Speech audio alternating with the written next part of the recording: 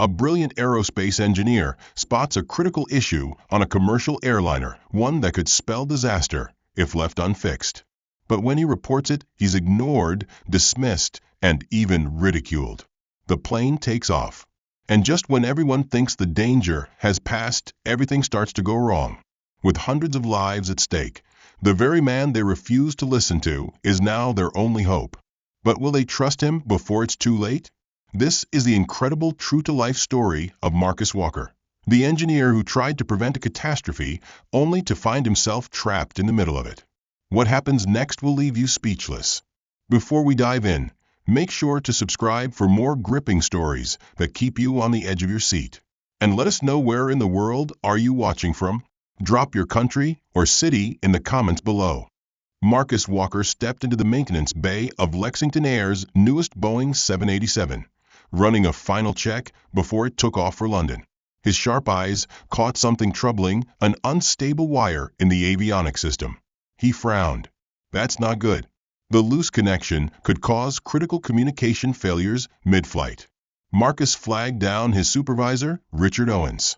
A tall, middle-aged white man, Richard had always been dismissive of Marcus, treating him more like an annoyance than an asset. "Sir, I found an issue in the avionics wiring."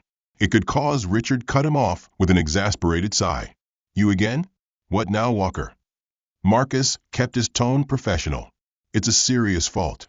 If the connection breaks mid-flight, it could disrupt the cockpit's interface. We need to ground the plane and fix this." Richard chuckled, shaking his head. "We don't need some diversity hire telling us how to do our jobs." His voice dripped with condescension. "The plane passed all standard checks. It's fine." Marcus clenched his jaw.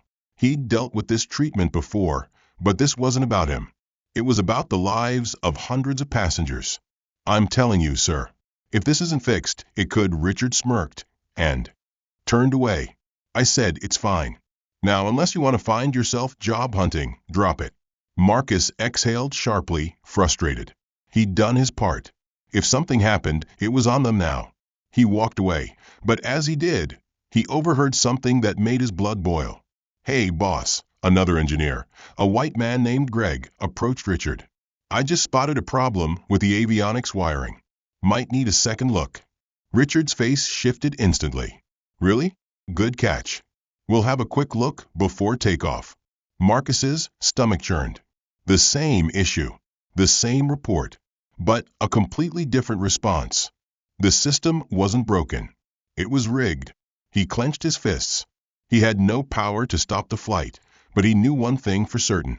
If that plane went up with that fault, it wouldn't be smooth sailing. And soon, they'd all find out the hard way. Marcus stormed out of the maintenance bay, still seething from what had just happened. His warning had been ignored, but when Greg, who just happened to be white, said the same thing, it was taken seriously. It wasn't the first time Marcus had seen this happen, but today, the stakes were higher. He pulled out his phone and thought about calling the airline's safety oversight team. Would they listen? Probably not. Richard had power here. Marcus was just another engineer they could replace. Instead, he headed toward the terminal, hoping to cool off. But then, a new problem hit him. His phone buzzed with a notification from baggage services. "Your luggage has been checked onto Flight 729 to London." Marcus stopped in his tracks. What? That was the same plane he had just tried to ground. He turned on his heels and rushed to the airline counter. "Excuse me," he said, trying to stay calm. "There's been a mistake. My bag was checked onto the wrong flight. I need to retrieve it." The woman at the desk barely looked up. "Sir, once luggage is loaded onto a plane, it stays there until arrival. Security protocol." Marcus ran a hand over his face. Of course. Regulations meant his bag couldn't be pulled now without causing delays. "Then I need to board that plane." Now, she looked at him, confused. "You're not on the passenger list, sir." "Then book me a ticket," he said, barely keeping the urgency out of his voice. "I need to be on that flight." A few keystrokes later, she nodded. "You're in luck. There's one seat left in economy." Marcus exhaled. Luck? No, this wasn't luck. This was something else. A force pushing him toward that plane. 10 minutes later, he walked through the jet bridge, feeling his heart pound. He had spent years designing and maintaining aircraft, but for the first time in his life, he wasn't sure he wanted to be on this one. He knew what was coming. As he stepped inside, he felt the subtle hum of the engines beneath his feet. The plane looked normal, calm passengers, flight attendants smiling, a voice over the intercom welcoming everyone. But he knew better. Finding his seat near the back, he settled in and took a deep breath. He could still get off before they closed the doors. He could let them learn their lesson the hard way. But that wasn't who he was. As the last few passengers boarded, Marcus noticed a familiar figure walking down the aisle. Richard. The supervisor was dressed in a business suit now, carrying a briefcase. Marcus's eyes narrowed. He hadn't expected Richard to be on this flight. Richard stopped a few rows ahead, settling into first class, completely unaware of Marcus sitting just behind him. Poetic justice, Marcus thought. Minutes later, the cabin crew finished their safety demonstration, and the plane taxied onto the runway. Marcus tightened his seatbelt. He had spent his career ensuring aircraft were safe. Now, for the first time, he was about to test his own work. The engines roared, and Flight 729 took off. Everything seemed fine. The sky was clear, the plane steady. Maybe, just maybe, the issue wouldn't happen. Maybe Greg had actually fixed it. Then, exactly 30 minutes into the flight, the first sign of trouble came. A chime echoed through the cabin. The seatbelt light flickered, then flickered again. And then, in the cockpit, a red warning light began to blink. Marcus closed his eyes. Here we go. The first flicker of the warning light in the cockpit went unnoticed. Pilots saw anomalies all the time. Sometimes they were just glitches in the system. But then the second light flickered. Then a third. Captain Reynolds, a veteran pilot with 20 years of experience, frowned. His co-pilot, Jenkins, glanced over. You see that? Jenkins asked. Reynolds nodded, adjusting his headset. Yeah. Give maintenance a call. Let's see if they noticed anything unusual before takeoff. Jenkins reached for the radio. Control, this is Flight 729. We're seeing some intermittent system errors. Can you confirm if maintenance static? Jenkins tapped the radio, then tried again. Control, do you copy? Nothing. Reynolds and Jenkins exchanged a look. This wasn't normal. Reynolds flipped on the PA system. Ladies and gentlemen, this is your captain speaking. We're experiencing a minor technical issue and will be troubleshooting. Please remain seated with your seatbelts fastened. In the cabin, Marcus's fingers gripped the armrests. It's happening. He glanced around. Most passengers barely reacted. Some shifted uncomfortably, but no one knew what was coming except him. Then a sharp jolt. The plane dipped, not violently, but just enough for a few passengers to gasp. Flight attendants looked at one another, their smiles faltering. From first class, Richard turned his head slightly, but his expression remained unconcerned. He had no idea. Another jolt. This one harder. Now murmurs spread. The pilot's voice came back on. Ladies and gentlemen, we are encountering slight turbulence. Nothing to worry about. Marcus knew that was a lie. This wasn't turbulence. This was the system failing. Then it happened. A deep, electronic beep filled the cabin, an emergency chime. Overhead lights flickered, and the hum of the engines changed. It was subtle, but Marcus recognized it instantly. One of the avionics systems had just shut down. Panic began creeping in. A flight attendant hurried toward the cockpit. A baby started crying. A man in a business suit clutched his armrests so hard his knuckles turned white. Then an unmistakable voice from first class. What the hell is going on? Marcus smirked. Richard was finally paying attention. The flight attendant returned from the cockpit, her face noticeably paler. Marcus caught her whispering to a colleague.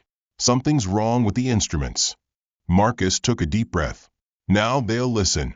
He unbuckled his seatbelt and stood. A flight attendant noticed. Sir, please remain seated. I'm in aerospace. Engineer, Marcus said, his voice calm but firm. I know exactly what's happening. She hesitated. You're an engineer. Before Marcus could answer, another voice cut in. I work in aviation too. A man 2 rows ahead stood. He was in his late 30s, wearing a leather jacket and sunglasses. I've reviewed hundreds of aircrafts. I can help. Marcus squinted.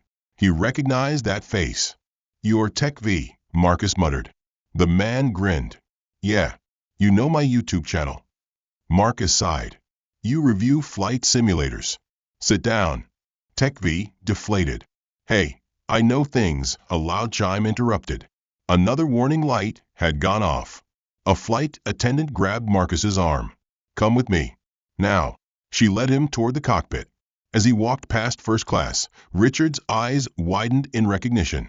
You. Richard shot up. What the hell are you doing on this flight? Marcus smirked. Saving your life. He disappeared into the cockpit as another jolt shook the plane. The cockpit was eerily quiet except for the steady beeping of warning alarms. Red indicators flashed across the control panels like a Christmas tree on fire. Captain Reynolds had one hand gripping the throttle, the other adjusting switches, his jaw locked tight. Marcus barely stepped inside before Reynolds turned to him. Who the hell are you? Marcus Walker. Aerospace engineer, he said quickly, glancing over the panels.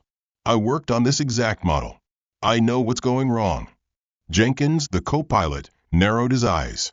You're saying you can fix this? Marcus pointed at the failing display screens. Your avionics interface is losing connection. If that breaks completely, you lose all instrument readings, altitude, airspeed, navigation. You'll be flying blind. Reynolds and Jenkins exchanged a look. They weren't the type to take advice from passengers. But time was running out, and they both knew it. Reynolds exhaled. All right, what do you need? Marcus scanned the overhead panels. We need to stabilize the power to the avionics system. I need access to the wiring compartment. Jenkins gestured toward a small hatch near the cockpit floor. Avionics bay is down there. Marcus dropped to one knee, opened the panel, and immediately saw the problem. The wiring harness was loose, exactly what he'd warned about before takeoff. The vibrations of the flight had already started pulling it apart. He turned his head. I need something to secure this. Do you have cable ties? Anything. Jenkins shook his head. Best we got is duct tape. Marcus clenched his jaw. Not ideal, but it'll have to do. He reached down, but before he could grab the wires, a new problem arose. The plane dropped. Not a little turbulence, a full-on, stomach-lurching plunge. In the cabin, passengers screamed as oxygen masks deployed. The overhead compartments rattled. Flight attendants struggled to stay upright. Marcus gritted his teeth as he was slammed into the floor. Damn it. Reynolds shouted, fighting the controls. I just lost my altitude readings. Marcus pulled himself up. They were running out of time. He grabbed the duct tape and yanked the wires back into place. His hands moved fast, securing the connection, reinforcing it with layer after layer of tape. It wasn't pretty, but it would hold. Then silence. The alarm stopped. The cockpit screens flickered, then stabilized. We're back online, Jenkins said, his voice thick with relief. Altitude readings restored. Navigation restored. Reynolds adjusted the controls, regaining steady flight. He turned to Marcus, breathing hard. You just saved this plane. Marcus let out a breath. Not yet. That was just one problem. Reynolds's face darkened. What do you mean? Marcus pointed at the engine display. Your right engine is overheating. If we don't do something fast, it's going to catch fire. Jenkins turned pale. We're flying over the Atlantic. We can't just land anywhere. Marcus took a deep breath. Then you better hope I can fix this one too. Meanwhile, in the cabin, Richard gripped his seat as another shudder rocked the plane. He looked toward the cockpit, sweating. For the first time in his life, he realized something terrifying. The man he dismissed as nothing was now the only reason he was still alive. The cockpit was suffocating with tension. The right engine's temperature gauge was climbing fast, an angry red warning flashing across the display. The message was clear: engine overheating. Failure imminent. Captain Reynolds tightened his grip on the controls.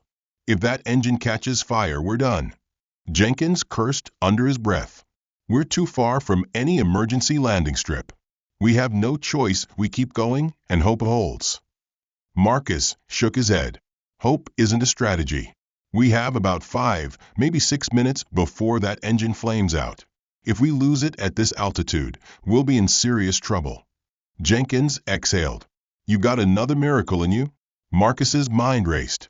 He wasn't a pilot, but he knew these planes inside and out. The overheating wasn't random. It was caused by an imbalance in the fuel flow. "We need to manually redistribute the fuel load," Marcus said.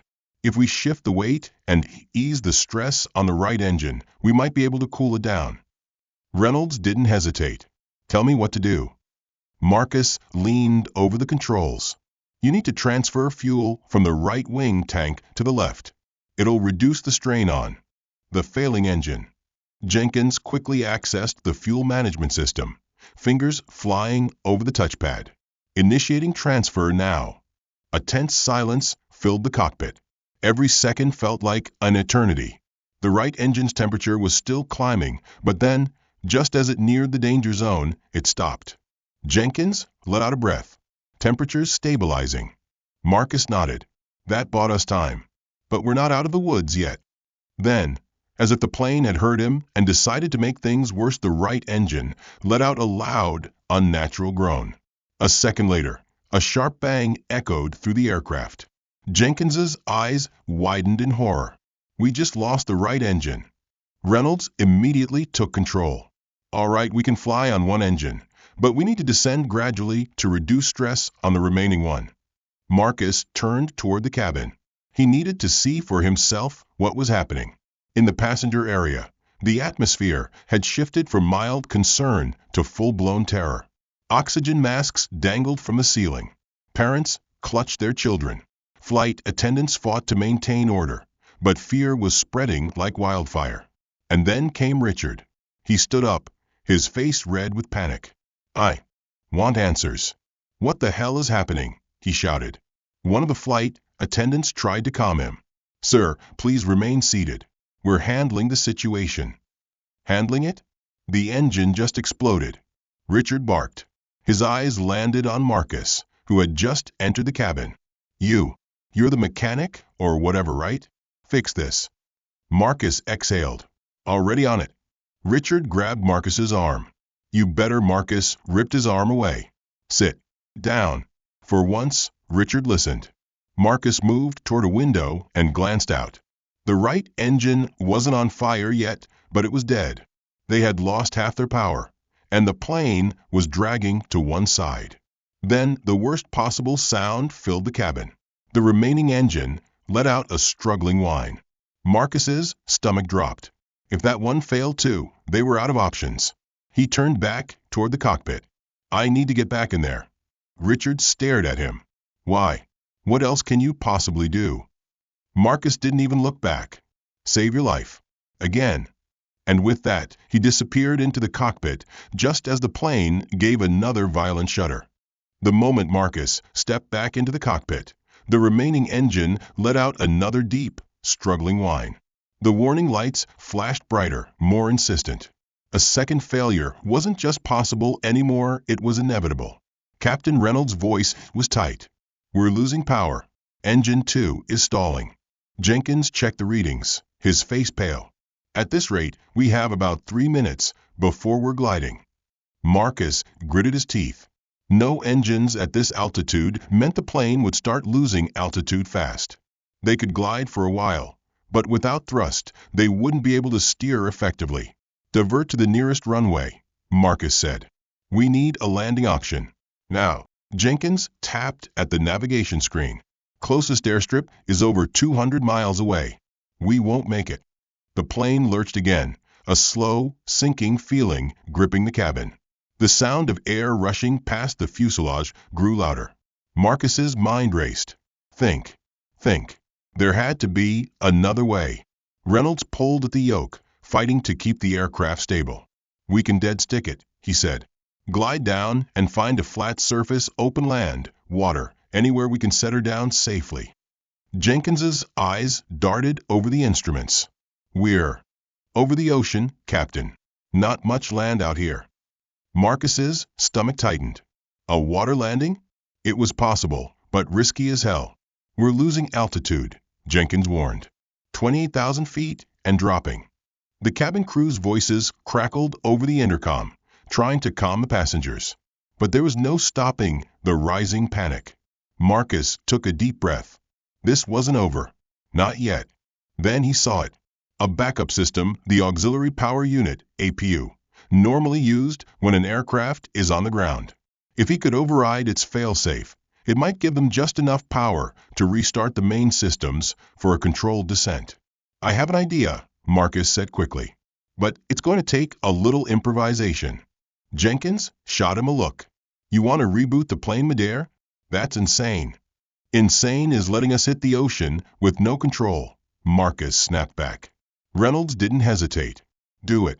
Marcus moved fast. He dropped to the floor, pried open another panel, and located the APU's emergency relay switch.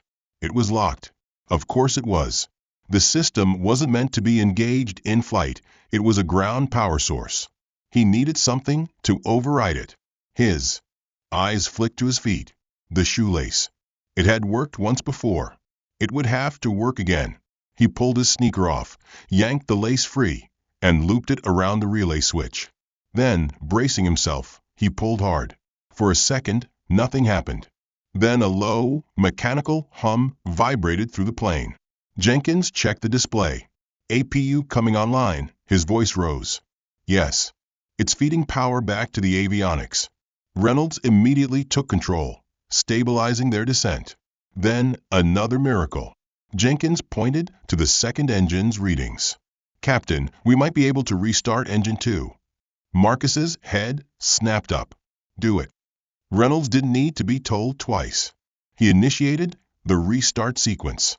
For a moment, the engine sputtered, then roared back to life. Jenkins exhaled. Engine 2 is back online. Relief crashed over Marcus. They weren't safe yet, but they had a fighting chance. Reynolds adjusted their heading. We're diverting to the nearest land. Hold on, everyone. In the cabin, passengers felt the plane level out. The panic didn't fade completely, but hope had returned. Marcus slumped back against the cockpit wall, breathing hard. Richard, still in first class, just stared, finally realizing who had just saved his life. The cockpit was still a battlefield of warning lights and alarms. But there was one crucial difference: Engine 2 was alive. Captain Reynolds gripped the controls, his knuckles white, as he guided the aircraft through its emergency descent. Jenkins, where's that nearest landing site? Jenkins scanned the navigation system. We have an old military airstrip about 120 miles southeast. It's abandoned, but the runway might still be intact. Marcus leaned forward. That's our best shot. We don't have time to reach a commercial airport. Reynolds didn't hesitate.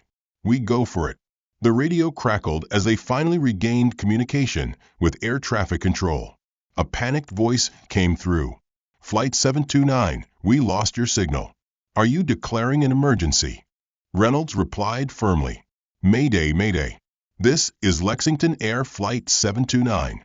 We've lost one engine, had multiple system failures, and are diverting to an emergency landing site. We need immediate clearance and emergency response. A pause. Then copy that, Flight 729. Emergency teams are being dispatched to your location. The gravity of the situation settled over the cockpit. They had come too close to disaster. But it wasn't over yet. Marcus stepped back into the main cabin, immediately feeling the weight of hundreds of eyes on him. Passengers who had been gripping their seats moments ago now stared, some with gratitude, others with disbelief.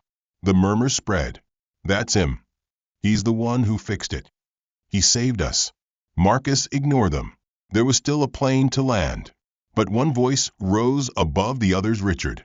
The supervisor's face was flushed with a mixture of panic and humiliation. He was still strapped into his first-class seat, but his eyes darted around, as if looking for a way to regain control of the situation. You, he started, then hesitated. His voice was weaker now. You're the reason we even had a problem in the first place. A few passengers gasped. Marcus turned slowly. Excuse me. Richard shifted uncomfortably. You were part of the maintenance crew. How do we know you didn't mess something up before takeoff?" Marcus laughed. Not because it was funny, but because he had never seen a man so desperate to deny reality. "I tried to stop this flight from taking off," Marcus said, loud enough for everyone to hear. "I reported the exact problem that almost killed us all. And you ignored me." A murmur ran through the crowd. Richard's jaw tightened. "You don't have proof of that." "Oh, I do." Marcus pulled out his phone, showing the digital report he had submitted before the flight. Time-stamped, documenting everything. Richard's face drained of color. Passengers started whispering. A few even glared at Richard. One man shook his head. "You mean this could have been avoided?" A woman muttered. "He risked our lives over ego." Richard shrank in his seat. The plane jolted slightly as Reynolds' voice came over the intercom. "Ladies and gentlemen, we are beginning our final descent. Brace for landing."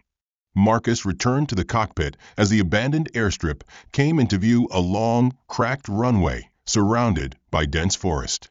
Jenkins swallowed. "That thing looks ancient." Reynolds kept his focus. "It'll do." The plane was coming in fast. Too fast.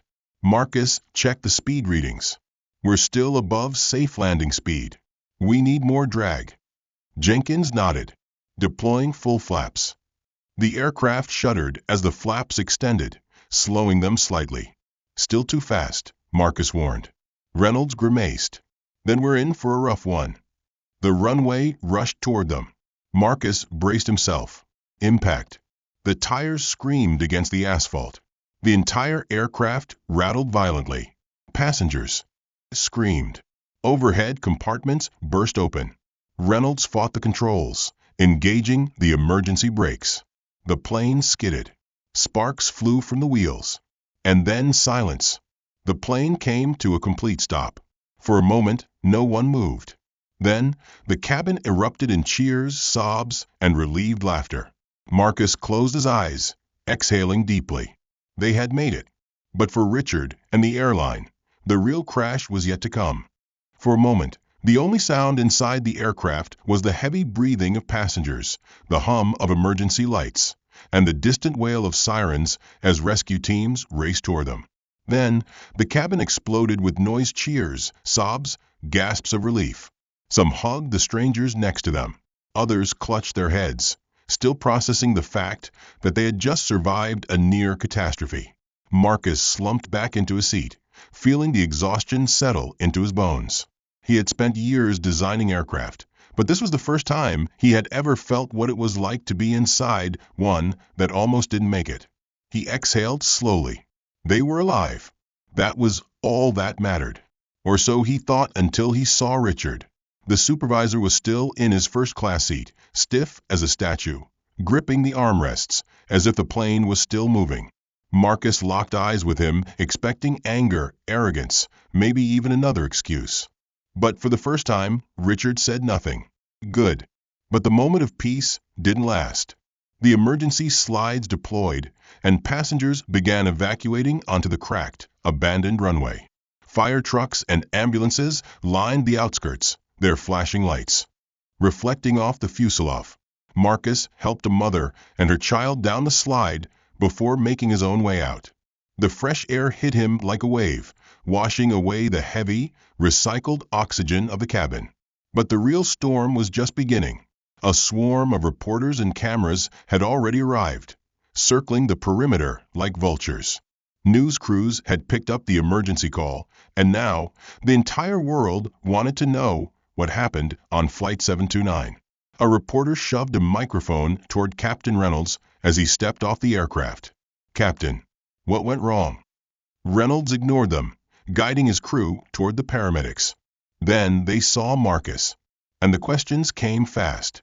"Sir, we heard a passenger help save the flight. Were you involved? Are you a pilot? How did you fix the plane midair?" Marcus raised a hand, stopping them. No comment. Not because he didn't have anything to say, but because he knew what was coming next. His eyes flicked toward Richard, who was standing near the wreckage, sweating bullets. The moment reporters spotted Richard's uniform, they swarmed him instead. "Sir, Reports say this plane had a known issue before takeoff. Can you confirm? Did the airline ignore a safety warning? Is it true that an engineer warned about this before the flight? Richard stammered, his face going red. I don't know what you're talking about.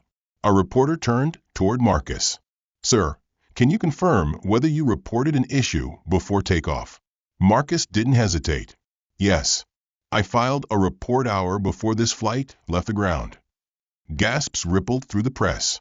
Richard's mouth opened, but no sound came out. Marcus stepped forward, staring him down. And he ignored it. Silence. The cameras caught everything. Richard looked around desperately, but there was nowhere to run. No excuse that could fix this.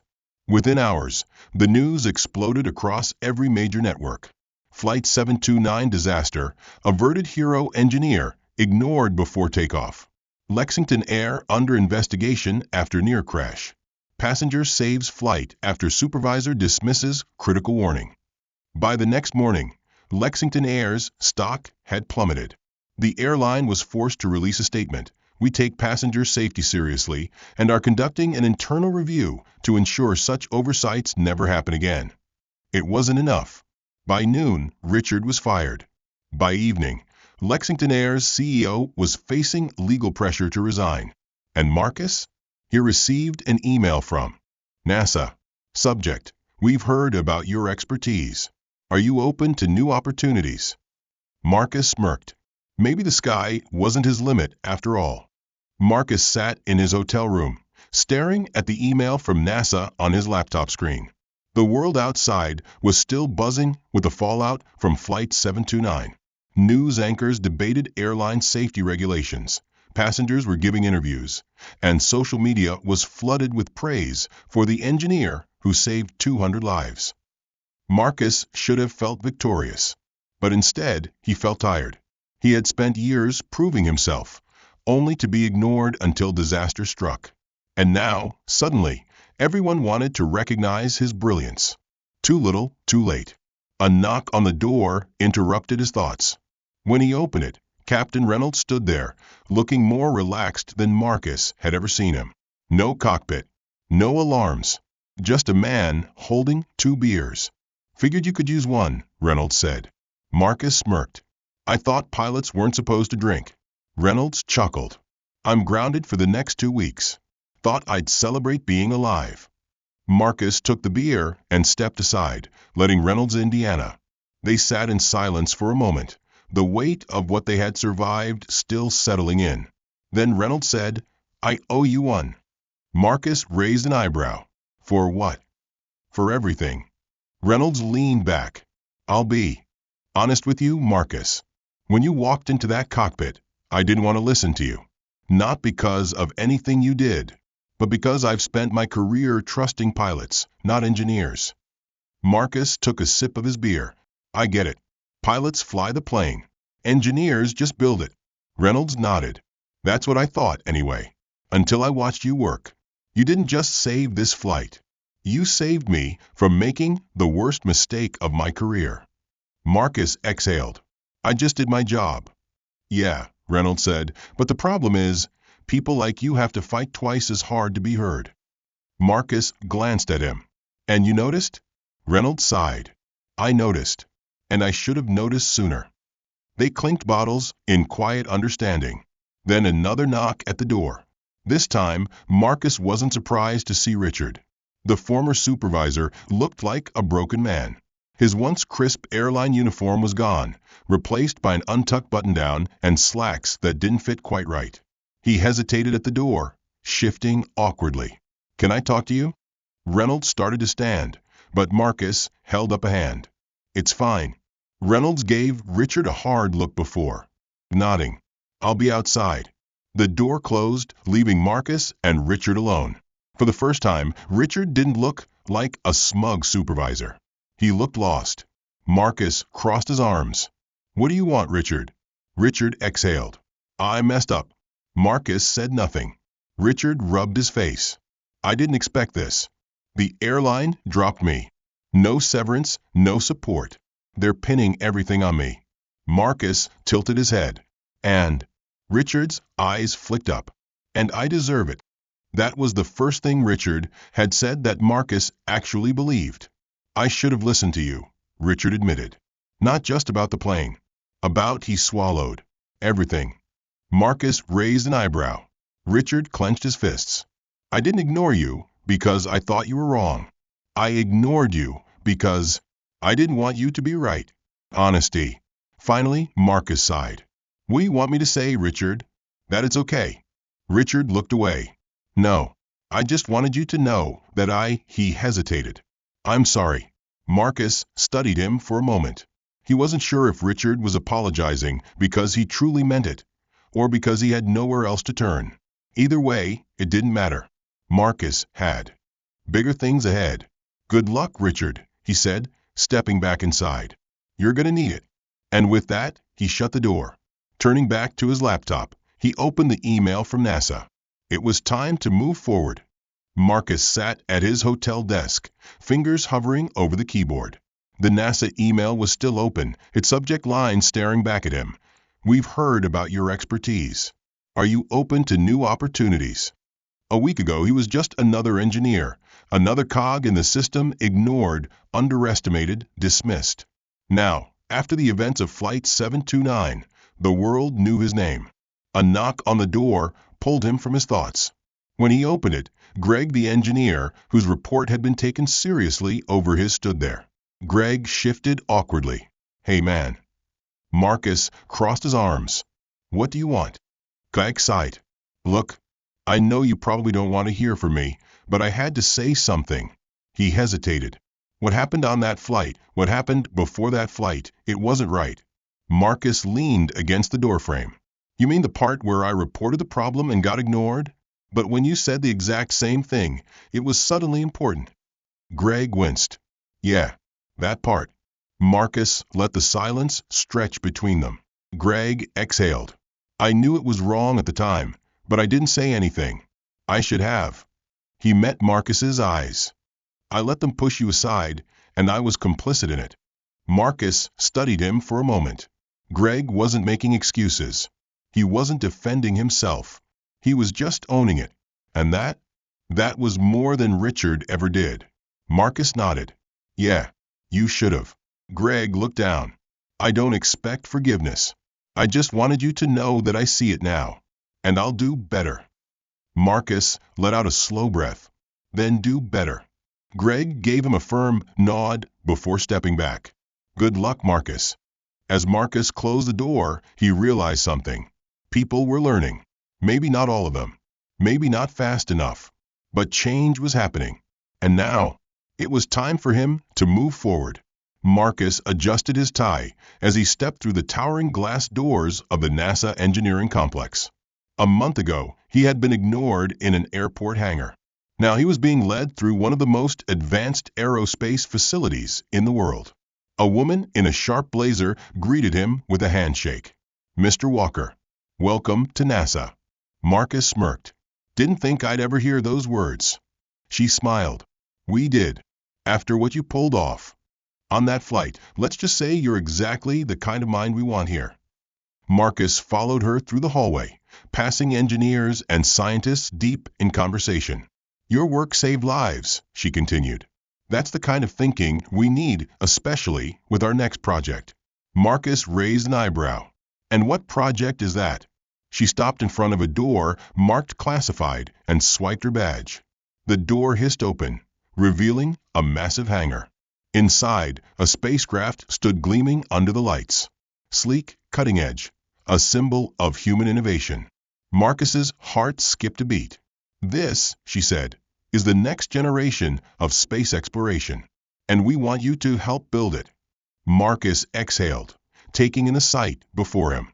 The sky had never been his limit. It was just the beginning. The story of Flight 729 didn't just change Marcus's life. It changed the industry. Lexington Air overhauled its maintenance protocols. Engineers, like Marcus, were given more authority in safety decisions. Richard, last Marcus heard, was struggling to find work. And Greg? True to his word, he did better. As for Marcus, he was no longer fighting to be heard. Now, people were listening. Because in the And it wasn't just about fixing an aircraft. It was about fixing the way people saw talent. And that was a mission worth taking. Marcus Walker's story is more than just a tale of survival. It's a lesson in resilience, justice, and the power of being heard. How many times have talented people been ignored just because of who they are? How many disasters could be avoided if we listened to the right voices instead of the loudest ones? If this story resonated with you, make sure to like this video, share it with someone who needs to hear it, and subscribe for more gripping, thought-provoking content. And before you go, where in the world are you watching from? Drop your country or city in the comments below. Let's see how far this story reaches. Subscribe now, and we'll see you in the next one. Turn on notifications so you don't miss a single story.